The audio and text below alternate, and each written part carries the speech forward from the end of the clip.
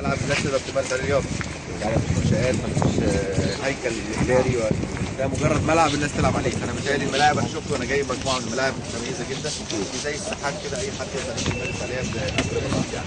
توقعات حضرتك ايه الكره المصريه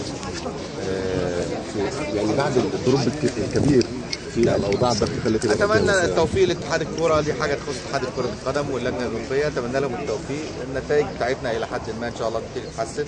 منتخب 17 و19 كسب 3-0 في السودان ومنتخب الشباب، فانا شايف ان دي حاجه كويسه. عندنا بدايه التصفيات الافريقيه، التصفيات للامم الافريقيه اللي هتلعب في المغرب في يناير القادم.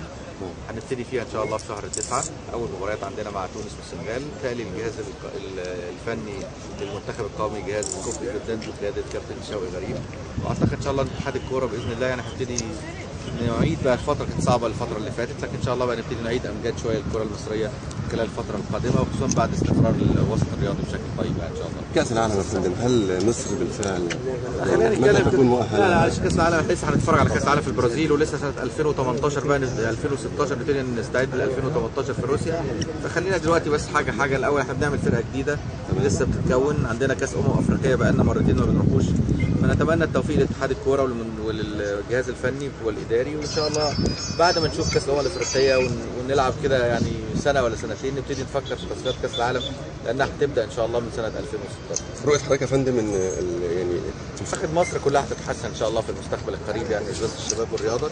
مرينا بفتره صعبه، احنا في اخر ايامنا الصعبه ان شاء الله، وايام قليله وشهور قليله ان شاء الله وستعود مصر الى يعني سابق عهدها، وباذن الله هتتحسن اكثر كثيرا. الشعب كله متحمس، الشعب كله ناوي يشتغل كويس، بس عندنا فتره كان فيها مشاكل، لكن ان شاء الله هتتحسن كل حاجه. شكرا جزيلا.